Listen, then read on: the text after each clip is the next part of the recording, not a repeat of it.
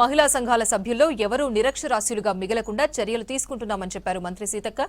అక్షర జ్ఞానంతో పాటు వారి విద్యార్హతలను గుర్తించి ఉన్నత విద్య అవకాశాలు కల్పిస్తామని తెలిపారు. మహిళా సభ్యుల ఎడ్యుకేషన్ ప్రొఫైల్స్ ను సిద్ధం చేయాలని అధికారులను ఆదేశించారు.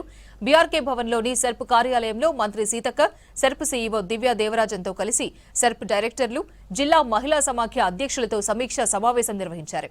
మహిళా సమాఖ్య భవనాల నిర్మాణం, నూతన సభ్యుల చేరిక, అమ్మకు అక్షరమాల కార్యక్రమం, సెర్ప్ అమలు చేస్తున్న పథకాల పురోగతిపై చర్చించారు.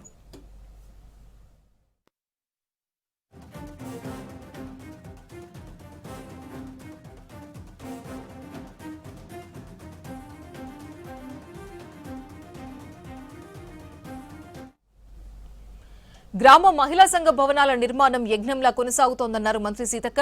రాష్ట్ర వ్యాప్తంగా 8,227 గ్రామ మహిళా సంఘ భవనాలకు అనుమతులు మంజూరు కాగా 5,239 భవనాల కోసం స్థలాల ఎంపిక పూర్తయి నిర్మాణ పనులు ప్రారంభమయ్యాయని తెలిపారు. ఇప్పటికే కొన్ని భవనాలు పూర్తయి ప్రారంభించుకోవడం ఆనందంగా ఉందన్నారు. పనులను వేగవంతంగా పూర్తి చేస్తున్న జిల్లా గ్రామీణ అభివృద్ధి అధికారులను అభినందించారు.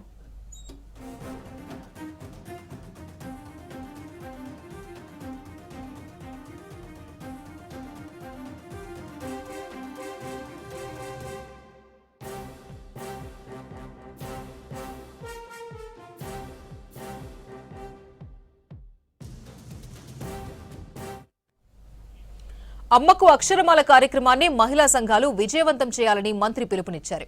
గతంలో చదువు అవకాశాలు లేకపోయిన మహిళలకు ఈ కార్యక్రమం ద్వారా అక్షర జ్ఞానం అందిస్తున్నామని తెలిపారు.